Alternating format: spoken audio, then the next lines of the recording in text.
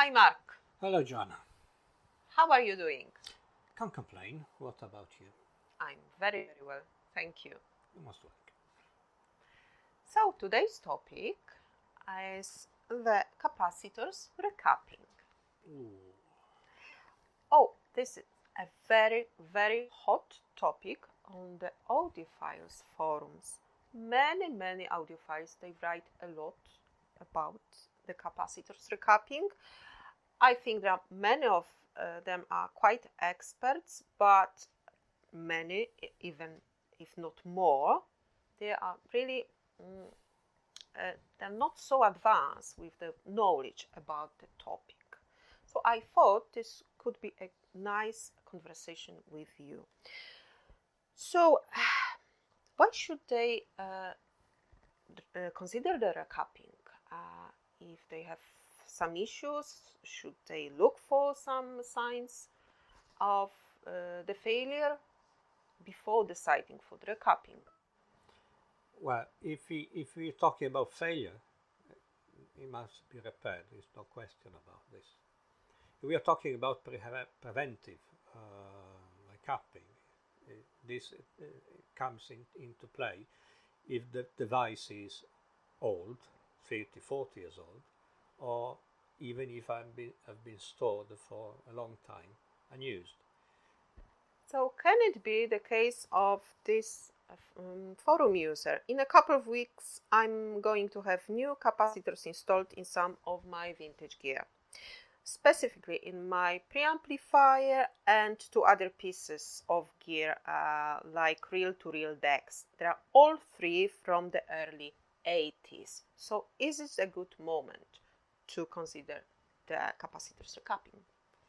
Well, the user of this forum doesn't tell us which capacitor we want to replace, and I would keep out of his recapping plan capacitors other than electrolytic capacitors, which are prone to age for reviews and even if are stored away. So about this, the electrolytics capacitors recapping, there is quite a lot of the forums, yes, and the forum users agree that yes, if they are old, very old, 30 years old, they should be replaced. But other types of capacitors, only if they are out of spec. What do you think? Well, it's very difficult, if not impossible, to check if any component inside the circuitry, connected in a circuitry, is in spec or not, because we can't isolate this component and measure it separately. The measurement will be affected by the behavior of the other components around. So, say if they are out of specs, it's almost impossible to define if they are out of specs. Uh, so generally, we have to replace just because they are old. Electrolytic capacitors, they are particularly prone to aging due to their construction. The electrolytic capacitor is a container with some different dielectric inside, and there is an element that is an electrolyte, and that comes the name electrolytic capacitor. And this electrolyte, in time, can dry out, can leak out, or can even change its properties and not being an electrolyte anymore, and we don't know that.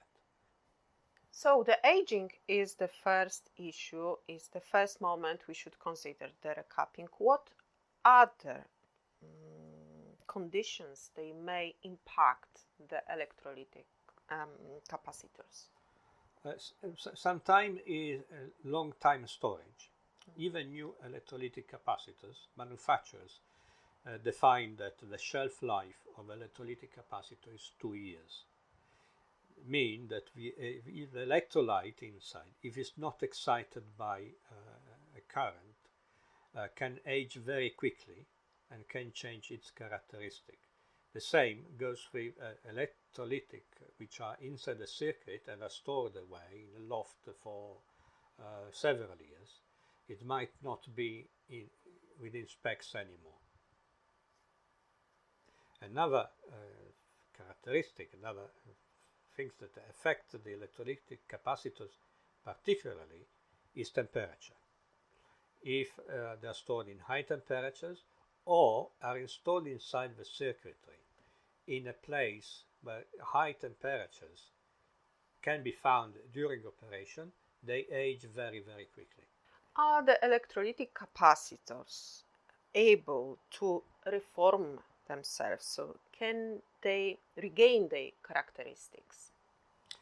Well, as I said before, the electrolytic capacitor should be working for not decay, but it doesn't mean that it regenerates itself.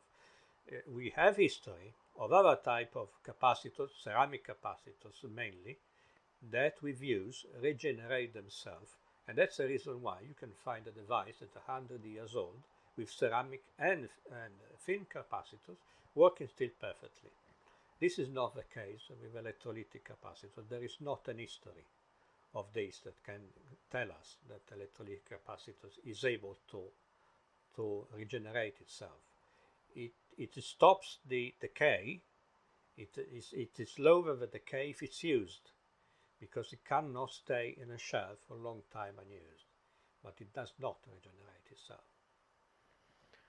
I see. So recapping doesn't always result in audibly better performance. One of the forum user is writing. Do you agree? I perfectly agree. The the sound performance can be improved if we use in the proper place the proper components, but it doesn't mean that replace the electrolytic capacitors will give you any benefits. What we do with electrolytic with replacement is first of all preventively avoid a disaster or a malfunction. In some cases, we can try to improve the sound of the device if there is room for improvement. And this room for improvement, it depends where the electrolytic capacitors are used. If are used in the audio path, yes, we can improve the sound, replacing those capacitors with audio capacitors which are available for 20 years on. They were not available 30, 40 years ago. Yes, but this means that we have to act on the exact spot. Replacing capacitor itself does not improve the quality of the sound. So the exact moment when we should consider and act. So unless the caps show signs of leakage or bulging, I wouldn't worry about it. Is it the proper way of thinking? No, really, no. Yes, of course, if you see a capacitor that's leaking liquid or is swollen or is broken, it's clear that is wrong. But it can be a lot of other hidden problems which we might not see. The electrolytic capacitors, we can have the electrolyte nearly dried out and we don't see because it's sealed inside. It is even possible because due to different factors, this electrolyte lost its properties and it's not working properly anymore, and the capacitor is not working on specs, and not only it can phase at any time. I understand. So is it always beneficiary to recap an amplifier? I said before, no, it's not always beneficial. The amplifier is fairly new. It's a 10, 15, and sometimes 20 years old quality amplifier with quality components. And now it's not beneficiary because it is likely to fail unless we have no clear sign of a clear history that that particular model has some issues, because there are amplifiers that are designed to fail, amplifier or other devices, where the designed the device on purpose, put some weak parts just to make the device fail after some years and to supply some work to the service. But apart from that, it's not always beneficiary. It's beneficiary if it's very old, preventively, or it's beneficiary if we want to, and selectively, we want to improve the sound if there are areas of improvements. Yes, about the sound improvement, you mentioned the audio capacitors. Can they really improve the sound and the performance of the whole system if DIY or any audiophile install the audio capacitors? It depends where this audio capacitor is installed, if there is room to use the audio capacitors. Audiophiles believe that anything that is market audio and is more expensive is better. And it's not so. And this particularly so about electrolyte audio capacitors. At face value, if you take the data sheet of the producer of audio electrolyte capacitors, they are worse than generic capacitors. They have higher resistance and they have current leakages higher, which makes it, generally speaking, a worse capacitor. But thanks to these characteristics, these faults, let's say, they are better devised to let the audio frequency pass through the capacitor. But this means they have to be used only and exclusively on the audio path. If used anywhere else, can generate malfunctions and can even generate faults inside the device, because there are components absolutely out of specs.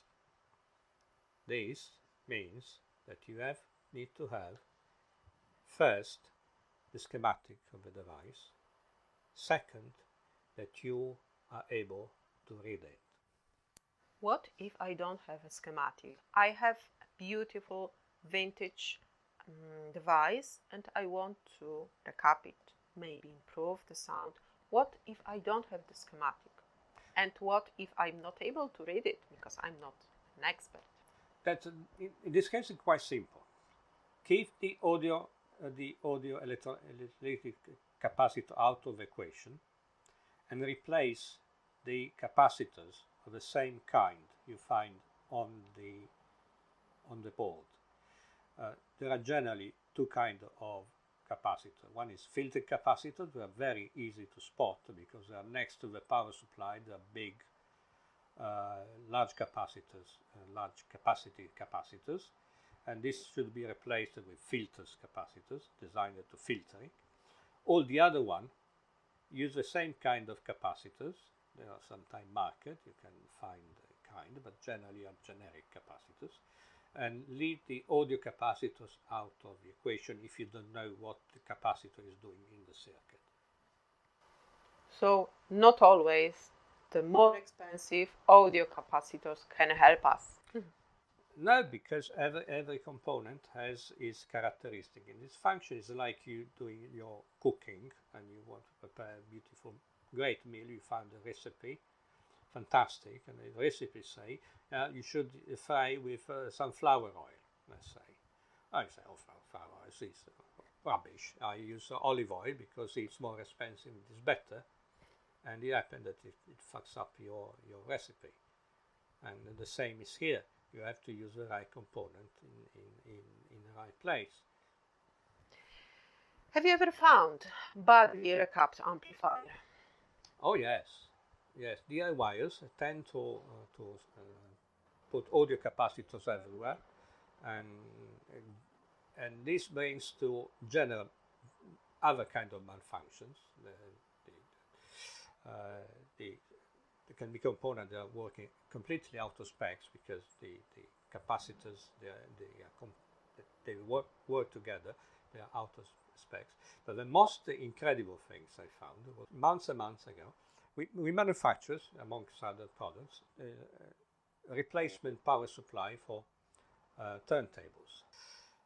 And in this power supply, there is a phase capacitor that is needed for the motor. These phase capacitors must be of, technically speaking, X2 capacitor, safety capacitor. And a customer, knowing that, looking at our products and an inquiry, says, I have this problem with this my deck because the motor is behaving erratically.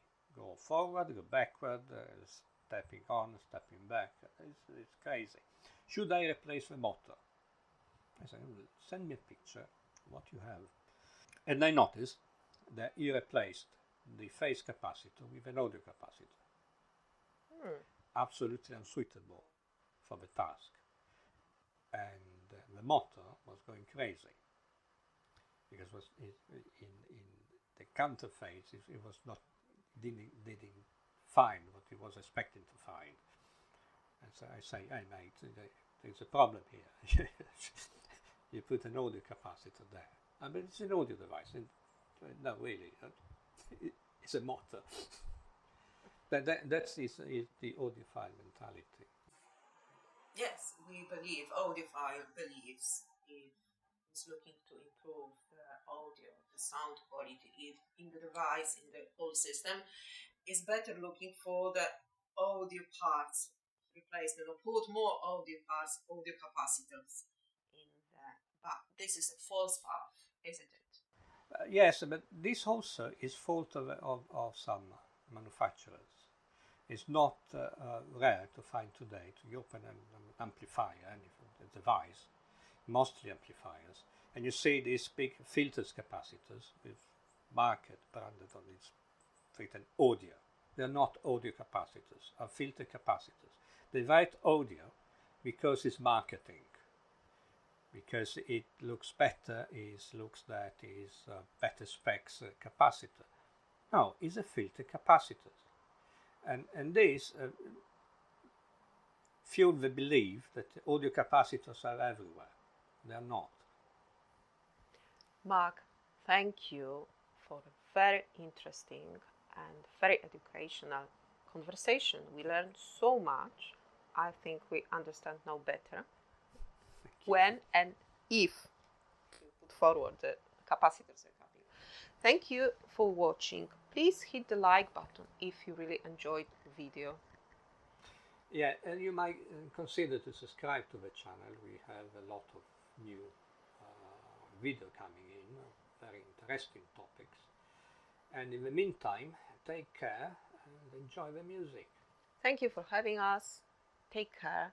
See you next time.